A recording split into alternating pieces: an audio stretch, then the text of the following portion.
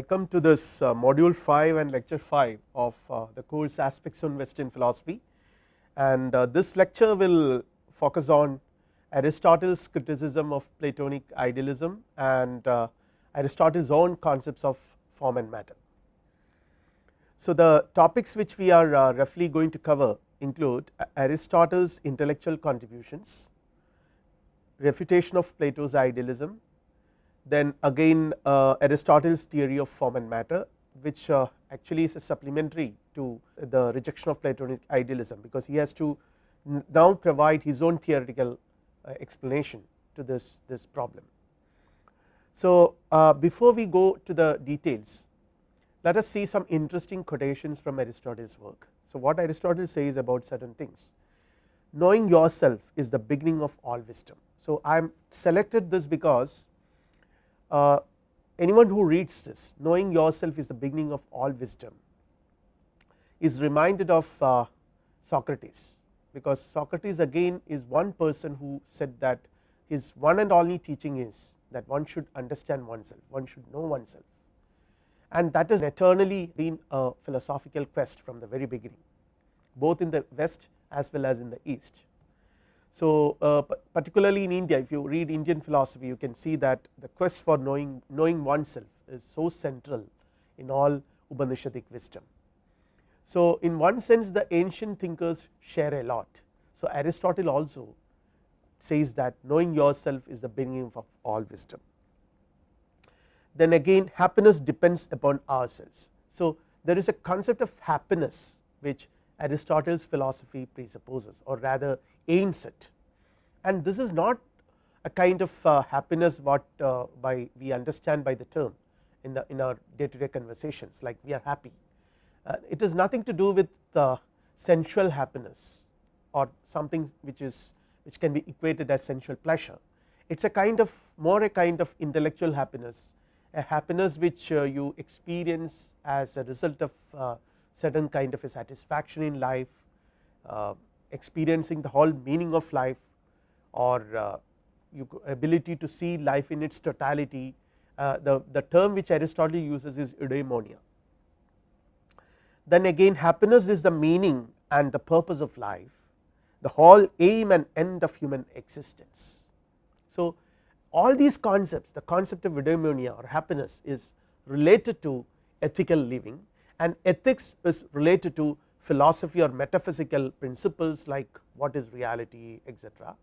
So in that sense Aristotle is again another great Greek philosopher who tries to present a comprehensive philosophical wisdom, a comprehensive philosophical system which would explain the interrelationships between these concepts, the concept of good life, the concept of right life, and the concept of right kind of knowledge.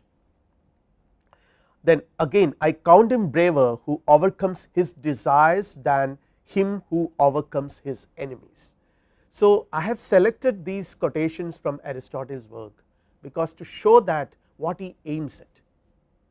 Unlike today's professional philosophy professors, Aristotle aims at a very practical task, the experience of happiness in life, the experience of eudaimonia in life.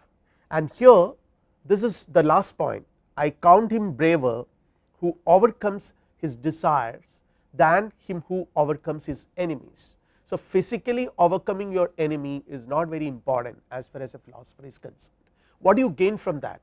You gain, by conquering your enemy physically, you gain probably a kind of momentary happiness, a feeling of a momentary joy, but overcoming oneself, one's own desires, that is more important philosophically than anything else. So this is a context, the ethical, the philosophical context in which we should try to place Aristotle when you try to understand his philosophy. So I will begin with a quote from Bertrand Russell in his History of Western Philosophy. Russell says, I read, he came at the end of the creative period in Greek thought, and after his death it was 2000 years before the world produced any philosopher who could be regarded as approximately his equal. Towards the end of this long period his authority had become almost as unquestioned as that of the church, and in science as well as in philosophy had become a serious obstacle to progress. So, Bertrand Russell so beautifully summarizes the importance and relevance of Aristotle's contributions both in philosophy and in culture and in human civilization. So, with his work, it is the western world had to wait almost 2000 years to get another philosopher who could equal him in excellence, but most importantly is that Aristotle's thinking or the worldview which Aristotle propagated has almost become a dogma like church and dominated the entire European milieu, which unfortunately or paradoxically we can say prevented further growth of critical thinking. Okay, now coming to Aristotle, a little bit about his personal life.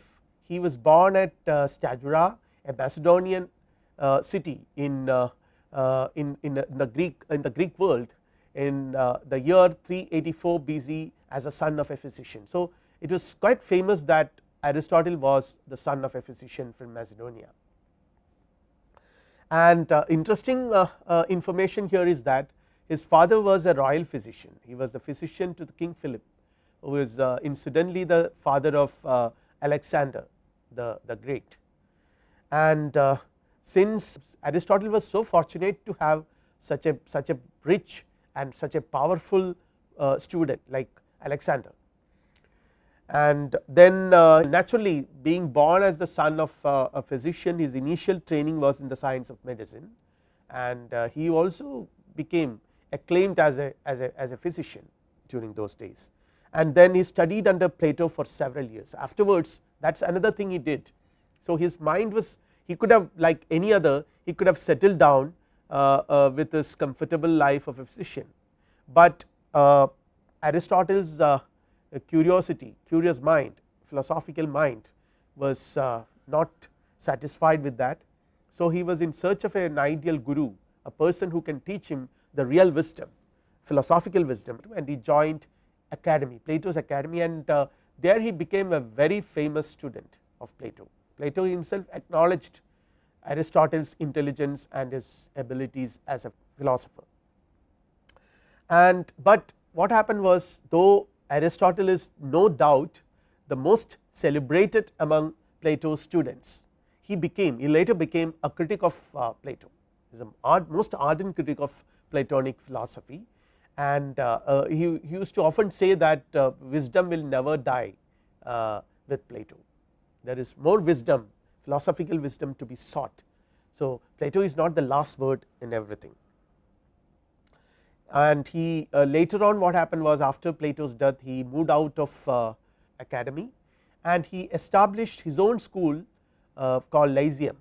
Though he spent a lot of time, considerably long years in academy with Plato, but when he established his own school Lyceum, it was not modeled after academy, because in academy the emphasis was on mathematical knowledge, speculative wisdom, more abstract thinking was encouraged, and Plato, as I mentioned in the previous lecture, has famously wrote it down in front of his academy that no man ignorant of mathematics should enter.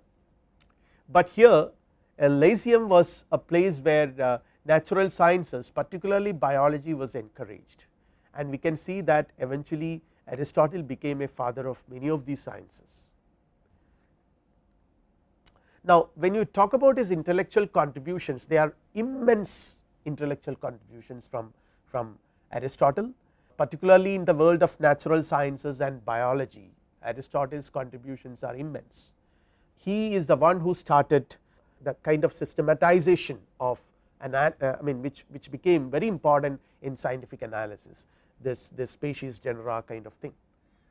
Then to supplement his investigations in natural sciences, Aristotle almost, we can even say invented, though it is not correct to say invented, though, but major contributions of Aristotle we can find in logic.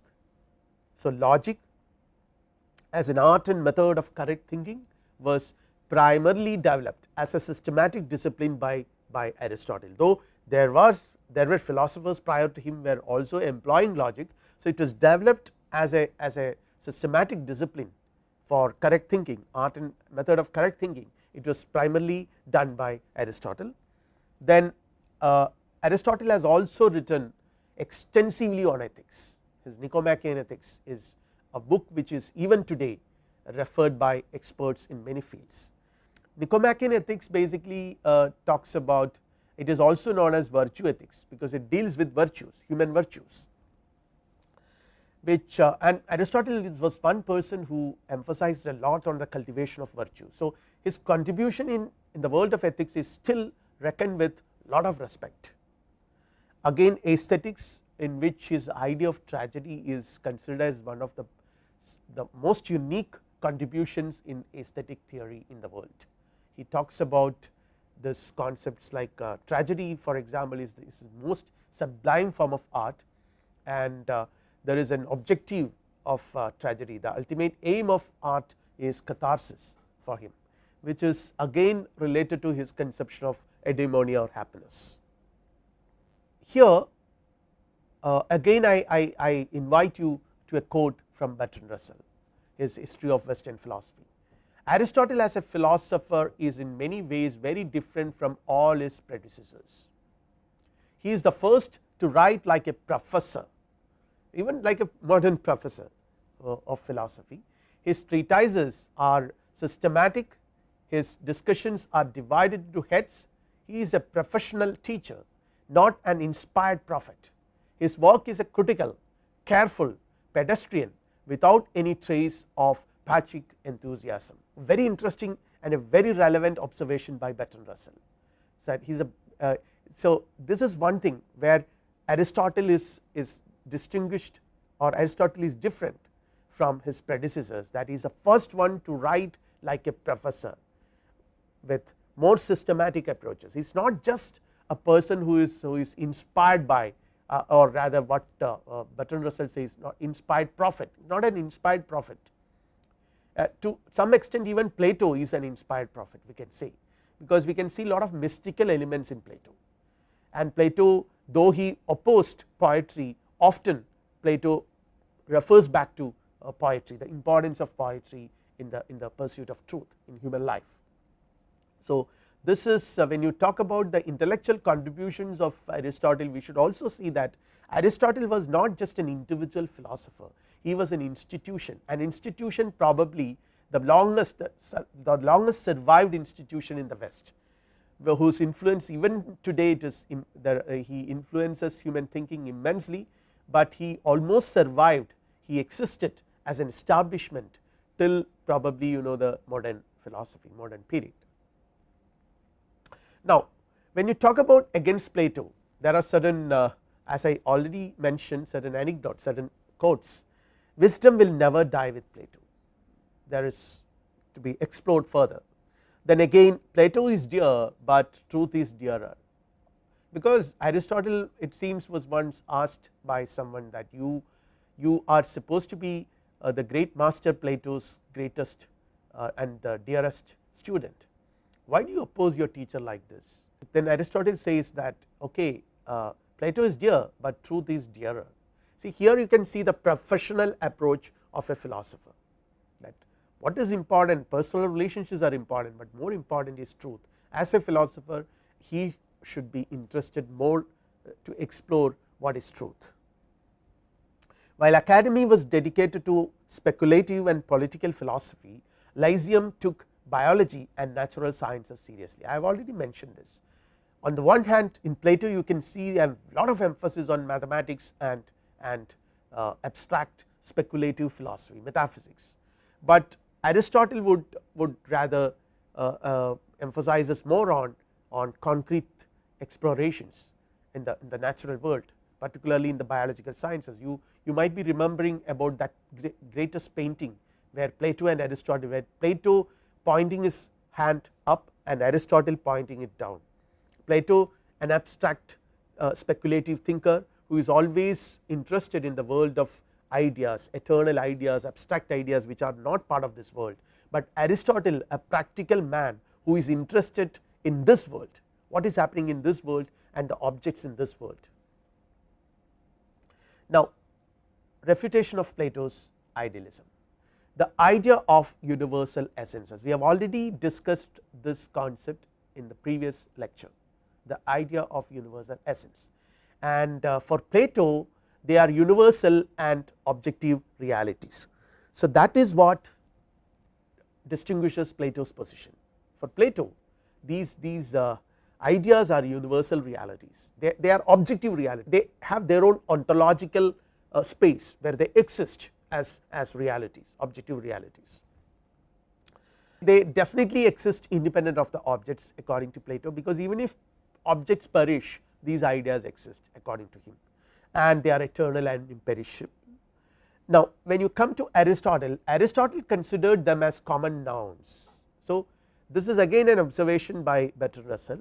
So, you can see, it is a common noun. See, when you talk about man instead of individual human beings, when you say man, for Plato it stands for the universal human essence, and but for Aristotle it's just a common noun.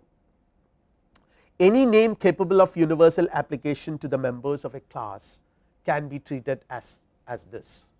So, what is important here is that they are not objective realities and objective objects or things as Plato thought, but they do exist, they are eternal. Even Aristotle too accept that these ideas are eternal, but they are not objective realities as Plato thought they are. And here there is a very interesting argument which Aristotle initiates against Plato's idealism. This is called the famous third man argument, which says that if a man is a man because he resembles the ideal man, there must be a still more ideal man to whom both ordinary men and the ideal man are similar, and this will go on ad infinitum.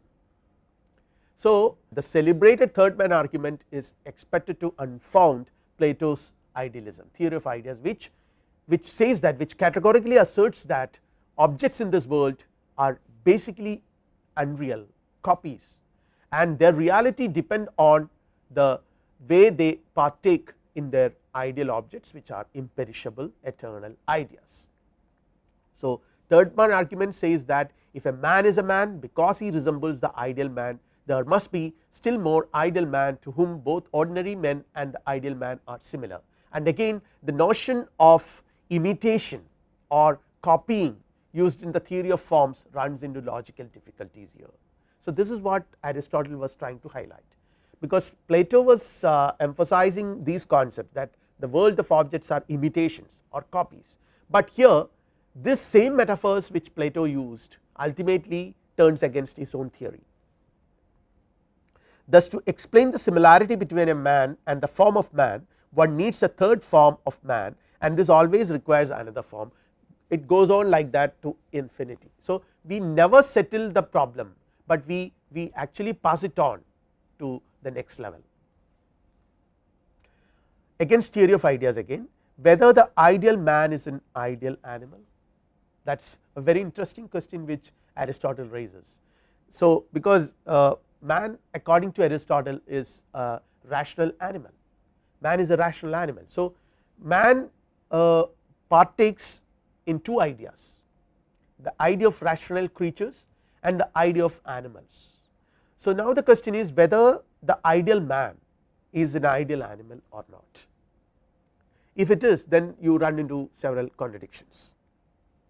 If he is, there must be as many ideal animals as there are species of animals. So, it is not just one ideal animal, but as many ideal animals as there are species of animals, and how the perfect and the eternal world be held responsible for the imperfect and perishable world of material objects. That is a very substantial criticism argument against Plato's idealism, because if you say that these ideas are responsible for this world which is perishable, ideas eternal, how can something which is eternal be responsible for something which is perishable? Now, again if you see the context of this argument, we can see that mathematical and physical sciences treat of the quantity, quality and relations of things.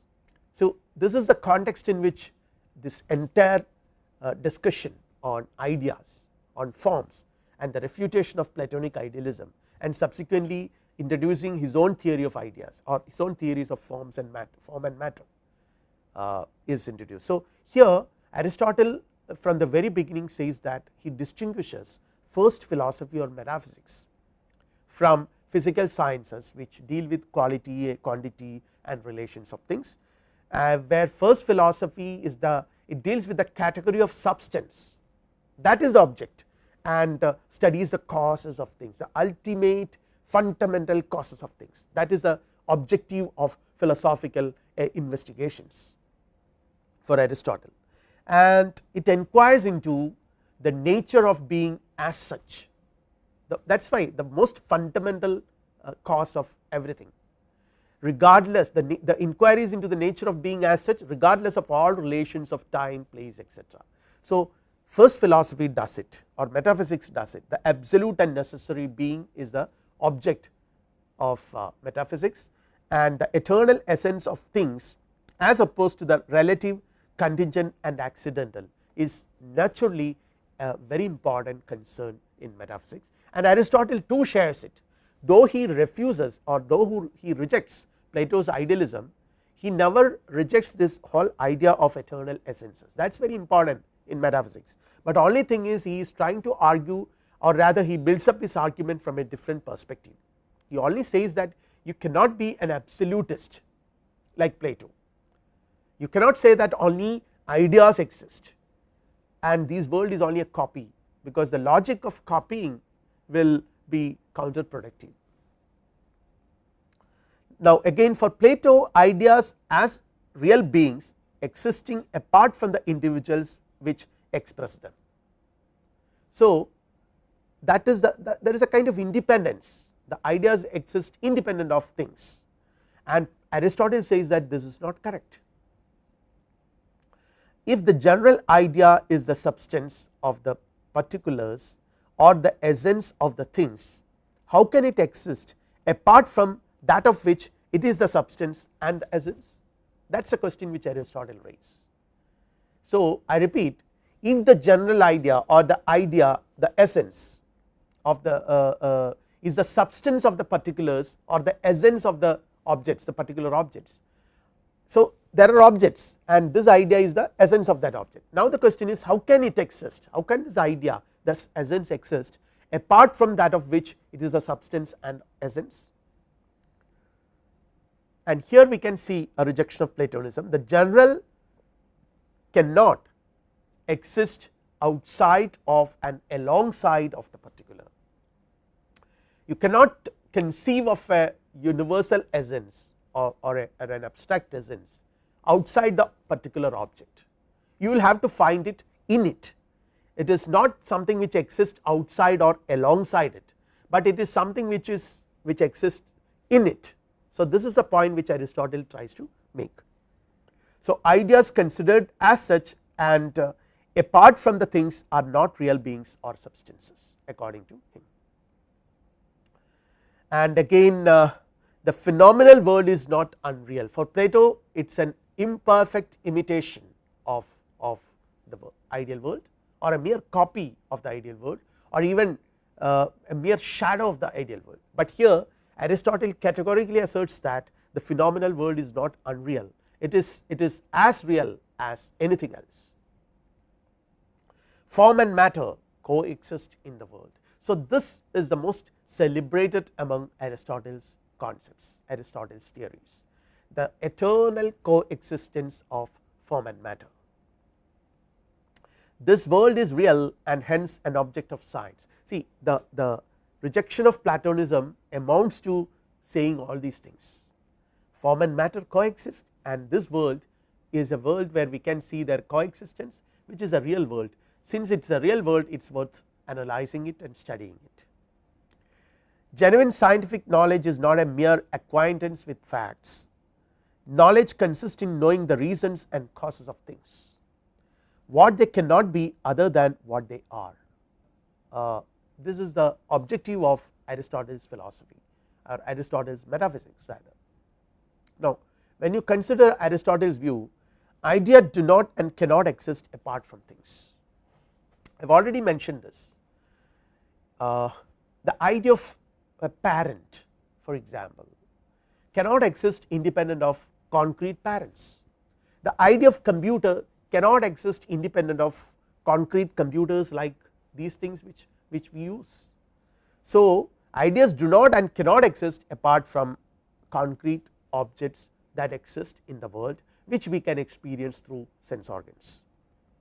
The idea is inherent or immanent in the thing. This is the point. It is inherent or immanent, and idea is its form and cannot be separated from it except by abstraction. So, if at all you need to sort of isolate it, separate the idea from the object, it is impossible to do that except in your thought, where you abstract it artificially. Just because in thought you are able to abstract it does not mean that it exists independent of objects. It is the essence of the particular, and with it constitutes an indivisible whole. So, you cannot separate it, there is an indivisible whole, the idea and the object, form and matter, they cannot be separated. The moment you separate them, then the object ceases to exist. So, here I have a pretty long quote from again from Bertrand Russell. I will read it because I thought this will be interesting in this context to understand Aristotle's views. I read it. Superficially, Aristotle's doctrine is plain enough. Suppose I say there is such a thing as the game of football, most people would regard the remark as a truism, but if I were to infer that football could exist without football players, I should be rightly held to be thinking nonsense. Similarly, it would be held there is such a thing as parenthood, but only because there are parents. There is such a thing as sweetness, but only because there are sweet things, and there is redness, but only because there are red things, and this dependence is thought to be not reciprocal. The men who play football would still exist even if they never played football. Things which are usually sweet may turn sour, and my face which is usually red may turn pale without ceasing to be my face. In this way, we are led to conclude that what is meant by an adjective is dependent for its being on what is meant by a proper name, but not vice versa. This is, I think, what Aristotle means. His doctrine on this point, as on many others, is a common sense prejudice pedantically expressed. So, this is again gradually Bertrand Russell again in his analysis of Aristotle tries to say that Aristotle finally takes us to a commonsensical perspective, though on the one hand he does not want to leave Plato completely on the way. He takes Plato along with him to some extent, but at the same time he takes us to, or he does not want to completely sort of do away with a commonsensical perspective. Now, in this context one may wonder what happens to matter, because in Plato we can see that when he introduces his theory of forms, this is done with a clear separation of forms from matter. Essences are separated from matter, but then when Aristotle says that any such separation is unwarranted and counterproductive and not correct, then what about Aristotle's matter? So, Aristotle says that there are different ways to understand Aristotle's conception of matter. Matter anyway is that material stuff to which all these qualities are attached to, definitely that is a concept of base matter, but when we try to understand it from different perspective, we can see this: the individual, the particular, the concrete, everything is referred as matter, again something which changes, because as in the quote which I just read out from Bertrand Russell, we had seen that something which is sweet today might turn out to be sour tomorrow. So, things change. So, that is material things change, each concrete instance of matter has an inner purpose. This is a very typical Aristotelian view. An inner purpose, a purpose is inherent in each concrete instance of matter, material object. It is destined to become something. See, for example, a wood is destined to become a chair, for example, or a seed is destined to become a tree. So, this inner purpose which is inherent is technically termed as potentiality, which we will discuss in our next lecture. But at this moment, we have to see that this is being referred to as potentiality, which is inherent in matter. And Aristotle also says that if you understand, if you try to understand matter as something which is absolutely independent, a reality, that is not correct. Aristotle will never accept that separation of form and matter. Matter has no reality apart from the form, and again matter without the idea also is an abstraction like idea apart from particular object. So, you cannot separate idea from object, similarly you cannot separate matter from its idea.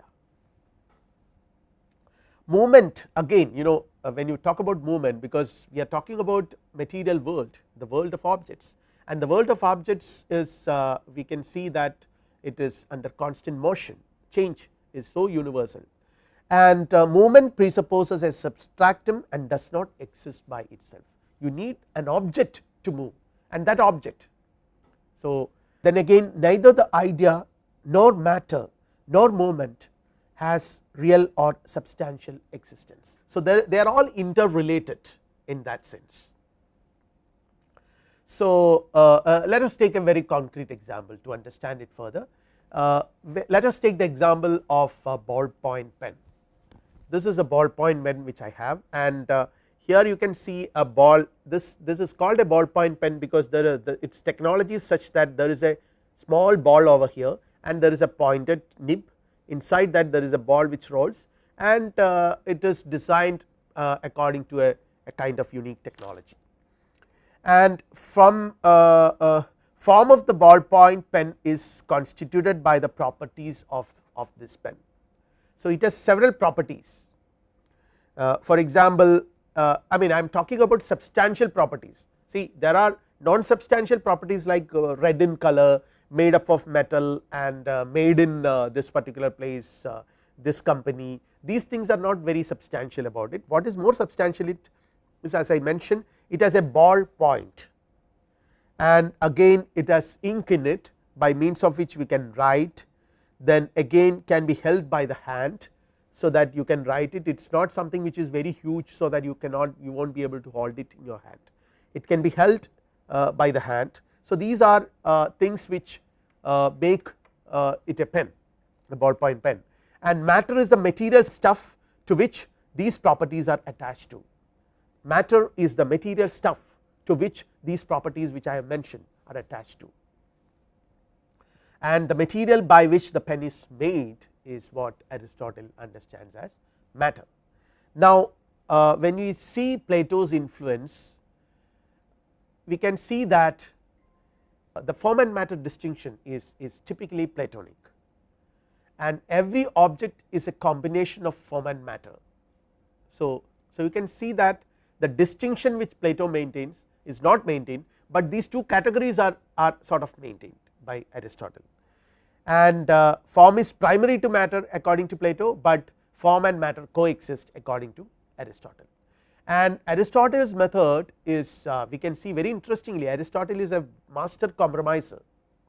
Aristotle's method is to avoid extreme viewpoints and try to arrive at a middle point, a middle path.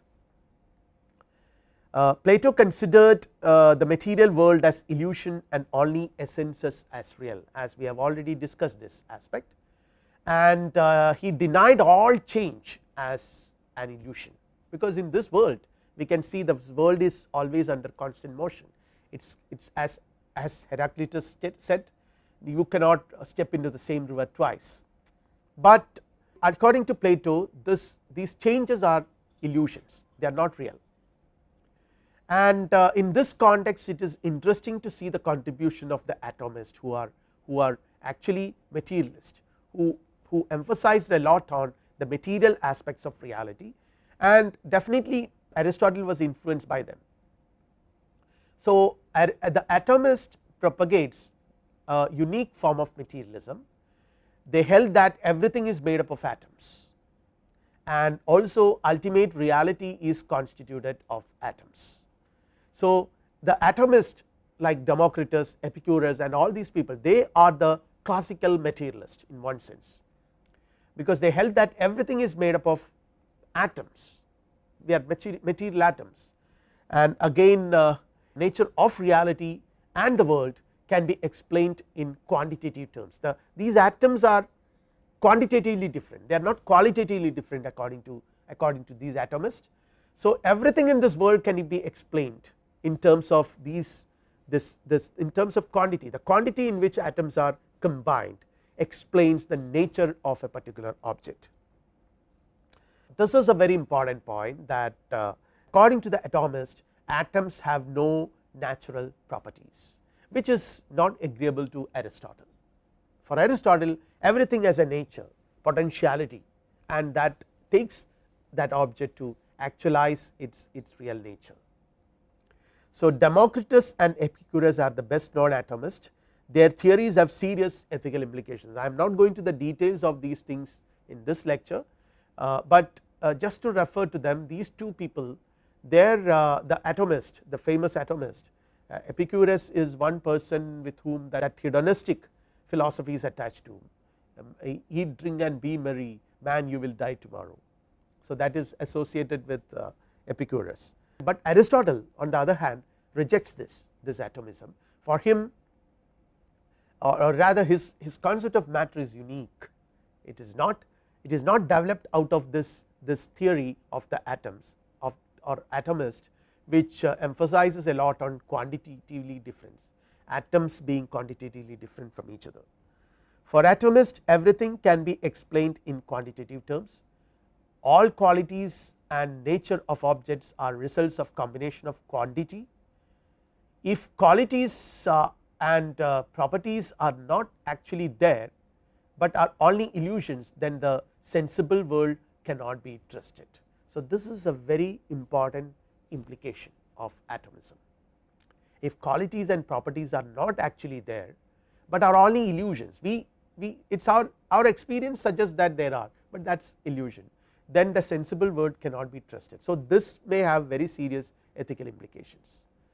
Now, Aristotle's matter on the other hand is explained in terms of substantial material elements like earth, water, fire, air and ether, the 5 basic elements, material elements. According to Aristotle, like any classical doctrine on these 5 material elements, they have qualities, distinguishing qualities, like the Vaisheshikas of Indian philosophy. Again the 5 material elements, which each one is distinguished from the other by means of a distinguishing quality. Hence, things have definite nature. So, because they are qualitatively different, they have definite nature. Qualities can transfer through matter. This is what Aristotle says, and here we can see a very interesting comparison.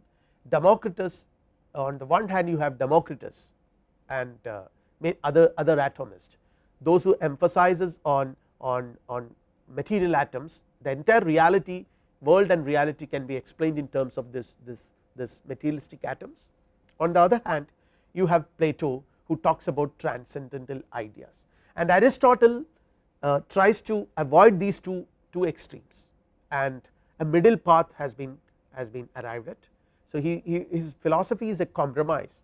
Both form and matter are real, all change is an evolution. We will discuss this concept of change in the next lecture, and when you talk about form and matter, we arrive at this very peculiar theory that form and matter eternally coexist. They cannot be separated. I have already mentioned this, they cannot be separated, they constitute a composite whole according to Aristotle. And form of an object changes when it evolves into another thing. The classical example given is when a seed becomes a tree, there is a whole process of evolution. There are different stages in which the seed undergoes certain modifications, certain changes. The material content undergoes several changes in this process of evolution, and matter remains more or less the same, though matter is differently designed, different forms design the matter differently at different stages of its evolution. Matter more or less remains the same, though there is a change of course, but at the moment we need not have to worry about it. Aristotle presents a teleological explanation of the world, the functioning of the world. So there is a purpose behind every change that takes place in this world. So this explanation, this teleological explanation, makes the role of ethics very important in life. Again, forms are eternal and changeless, like Plato, but not transcendent. Aristotle agrees a lot with Plato by saying that forms are eternal and changeless, but they are not transcendent as Plato maintained them. For Plato they are separated, they are different. In this sense we can say that Aristotle brings forms from heaven to earth. So they were according to Plato, they were there in a third world, in a world of abstract universal objective realities, which is not part of this world, but Aristotle brings them to this world. And forms are not apart from things but in them, as I already mentioned, they are inherent in the objects or immanent in them. Forms are not transcendent but immanent, matter is not non-being but dynamic. So these are, and again matter realizes the form or idea of the thing in this process of evolution. Every stage there is a moment of realization, because new forms design matter differently. When we talk about the material world changes as, and this change has been rejected by Plato, but Aristotle says that it is not a complete change, there is a purpose, there is a teleology, and only some aspects of the form of a thing changes. It is not that the entire object changes, but only some aspects of it, and as long as a thing remains in existence, its essential form must remain the same. So the essential form of an object remains the same. See, for example, an apple seed will evolve into an apple tree and not to a mango tree or anything else. So this suggests that there is something, there is a guiding principle, there is a teleology built into the entire process of change in the material world, and the form of the matter changes in those ways that are necessary for it to become an apple tree. So that is what I meant, there is a certain guiding principle that takes along with the object to change into another thing. The form of the matter changes in those ways that are necessary for it to become an apple tree, to become an apple seed, an apple tree. But there are certain other implications as well. Before we really go to the next topic, we have to see certain other implications of this rejection of Platonic idealism and the introduction of Aristotle's unique theory, which basically argues that form and matter eternally coexist. So Plato rejected the world as illusion, but for Aristotle it is real. So this world is a real world, it is not a mere illusion or a copy for Aristotle, and the world is not just an imitation or a shadow but real. Studying it is therefore not worthless. See, there is an image of philosophers that they are not interested in this world of day to day world, this day to day life. They are sort of people who are not interested in this world, they are always lost in their own dreams, they do not consider this world as very important, for them something else, a higher truth is more important. And scientific and other sorts of investigations are treated as worthless, meaningless, because ultimate objective is to know the truth which lies outside this world, and this world is a mere shadow. If this world is a mere shadow or a copy, there is no truth in this. So what is the point in searching anything, trying to understand something in this world if this is a mere shadow? So let us concentrate on reality, that is the philosophical approach. But Aristotle has argued that this world also has substantial reality, it is real like any other world. So, studying this world is therefore important, it is not worthless, it is important. He encouraged the growth of natural sciences, because since the study of this world is important, you need to devise a methodology by means of which the study of this world is initiated, and that methodology is the method of science. So, encourages the growth of natural sciences, and we can see that the systematic study of natural sciences in fact began with Aristotle. So, I have already mentioned this Aristotle, since Aristotle's student was a very powerful man like Alexander. Alexander has appointed people to collect specimen and other things from different parts of the world for his teacher. So, Aristotle was maintaining a huge library during those days, of course, a library of manuscripts along with several specimens of animals, bones, this and that, all kinds of things he was collecting and analyzing, studying and systematically exploring them. So, the systematic study of natural science in that sense began with him, and again classification of species and genera, I have already mentioned this. Then the birth of logic, because you cannot have a science, a natural science, a systematic study of science without a logic, a discipline called logic, which is an art and science of thinking. And again when you talk about logic, logic involves two types of inferential operations, induction and deduction. Induction is where you infer something from several particular instances of something, you infer a universal principle. Socrates is mortal, Aristotle is mortal, Plato is mortal, from this you infer that all men are mortal. Then again the other one is from the universal principle all men are mortal, you infer that since Socrates is a man, Socrates is also mortal. So, this both induction and deduction, which are integral part of logic, were developed by Aristotle, and the syllogistic logic, which is very celebrated, very famous, is again another invention of Aristotle, and there are very significant ethical implications. Aristotle's philosophy has or his theories, his principles have several very important ethical implications. The purpose of life is eudaimonia, as I already mentioned. So, to be experienced in this world, something which is not to be experienced after your death, but this has to be experienced, this kind of an objective of life, eudaimonia, happiness, needs to be experienced in this world, and ethics is a very important science, and it deals with actual human behavior. It is not something which needs to be cultivated, or ethics, the objective of ethics is not something which is extraworldly or otherworldly, but it is something which is important to live in this world a meaningful life. This world and life in it are therefore extremely valuable, and but it is not a mere materialism, as we have already seen. A teleological conception that adds purpose to all our actions and a higher purpose to life itself is inbuilt in Aristotle's philosophy. So, we will end with this quote from Bertrand Russell. Aristotle's metaphysics, roughly speaking, may be described as Plato diluted by common sense. He is difficult because Plato and common sense do not mix easily. So, this is a very interesting observation by Bertrand Russell, because you can see that Aristotle begins his theory, his metaphysics, with a rejection of Platonic idealism. What is Plato's idealism? It basically says that ideas alone are real and rejects the material world.